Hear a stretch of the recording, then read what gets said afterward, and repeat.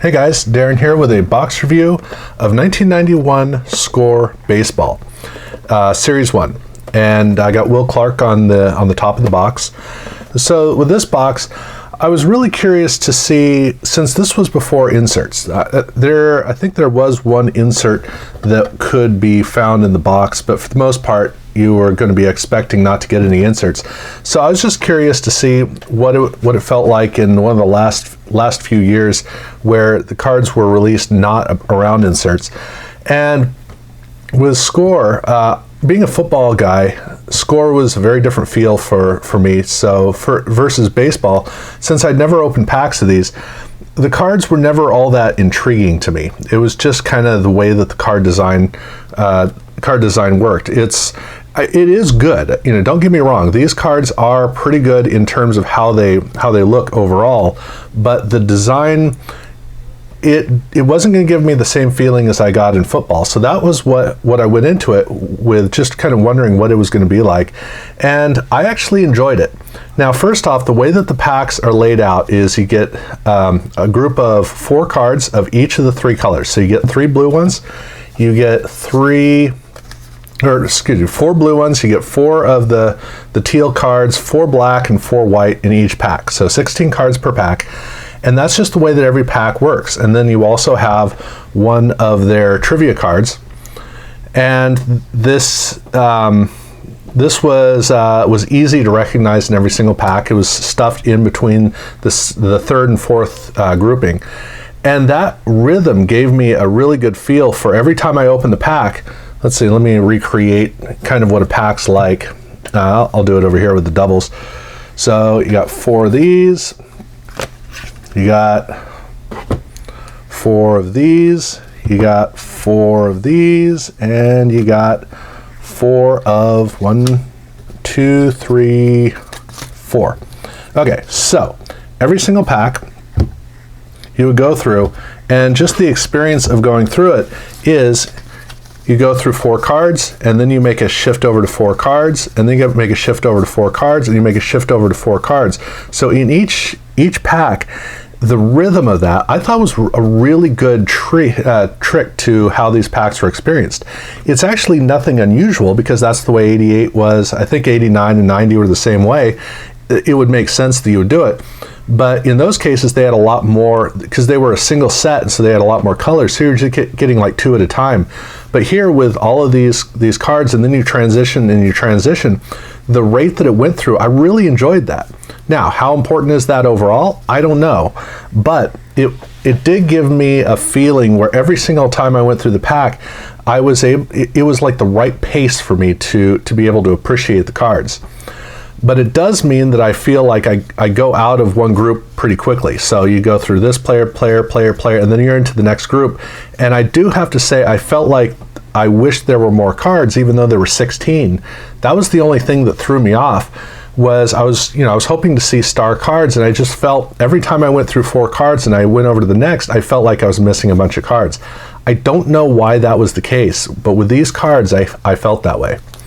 And with the white cards, many of the players are rookie prospects, some of them are regular players, and then there are all the inserts, or the subset cards. And with the subset cards, they have a couple of different designs. So they have like the all-star cards.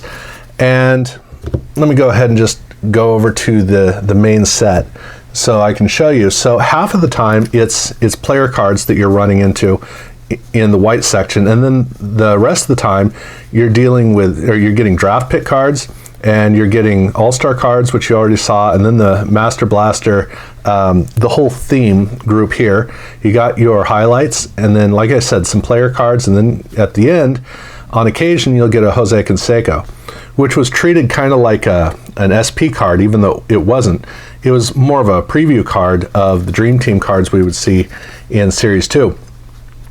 But it was broken out differently, because 440 cards, because it's 4 groups of 110, and then this was tacked on at the end. And that meant that whenever the white cards came up, it was a very different feel every single pack, which I liked that. I think that was pretty cool. So the actual set, I got within a pretty staggering I got to within a quarter of the set. So I only have 3/4 of the set, which is a lot of cards to be missing.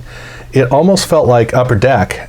There are a lot of doubles that are in the packs that I wish, and some of those doubles, there were quite a few of them.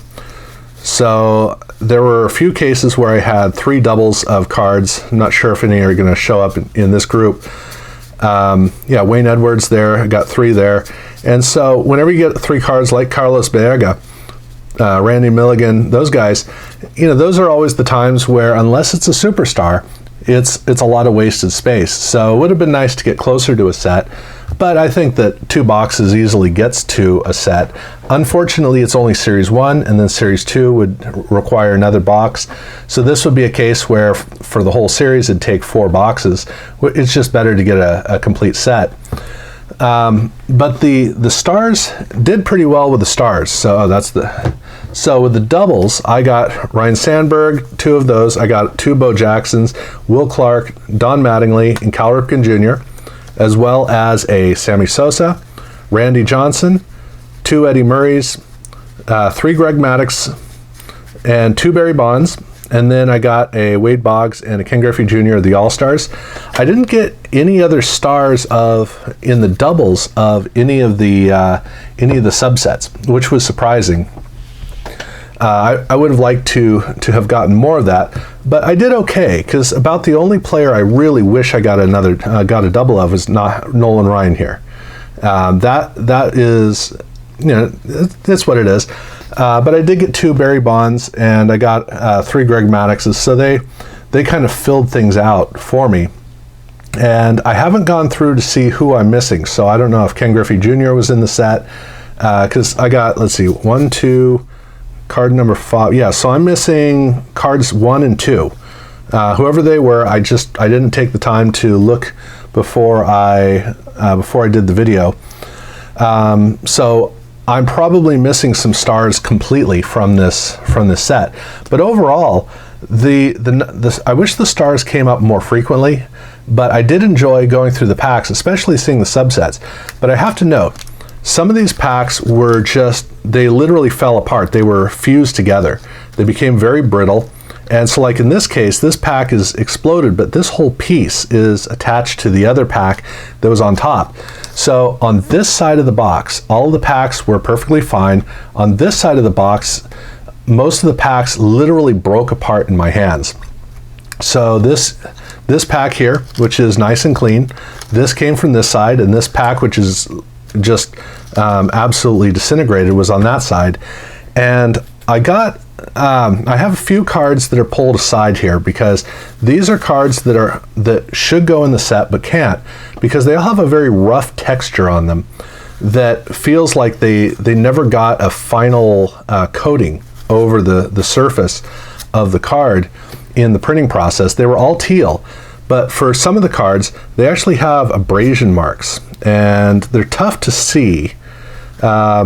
Basically, so this one, yeah, the best one really to see it, well, actually you might be able to see with George Brett here, where it's kind of like a ghosted area right around the bat, kind of swings along like this and moves upward.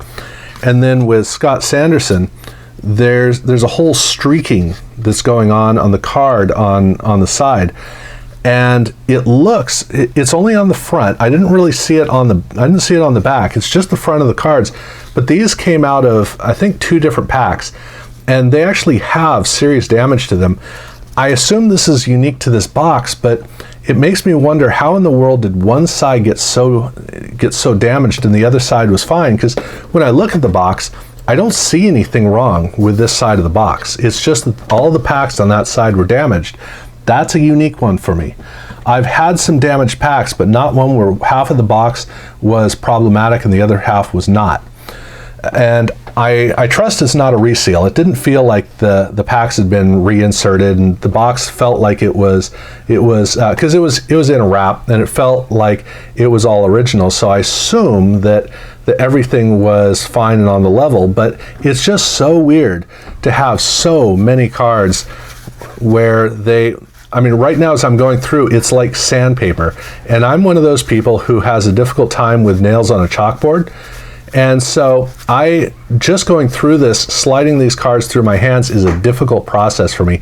It is a grating experience, and it really bothers me. And so how all these cards ended up this way just means that the print run happened to have some really poorly finished sheets. But it does mean that there are 5 cards that aren't going to be able to go into the set, because these cards are just terrible cards. They look all right, except that they don't have the finish. They have a very rough look to them. That's the only other flaw. So that was another one of the interesting experiences of damaged cards in packs.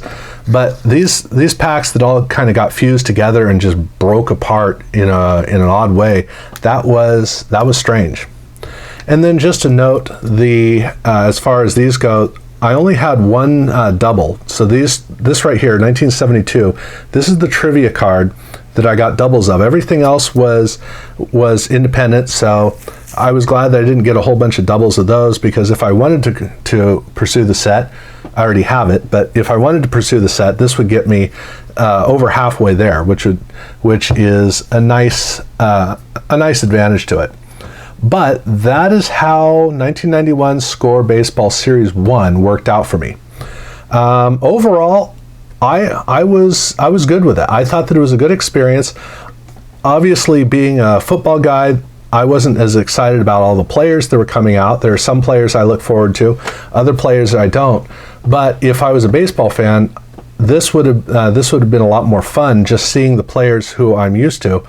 Because, seeing Ryne Sandberg, Nolan Ryan, Bo Jackson, Will Clark, going through all of those players, that's the part that really works. And then you get into the weeds with players that aren't as significant. And I wasn't able to follow along with the players as well. That's the one thing I wish.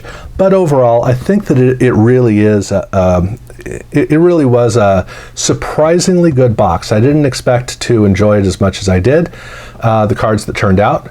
But yeah, that's what I got. So thank you guys for watching.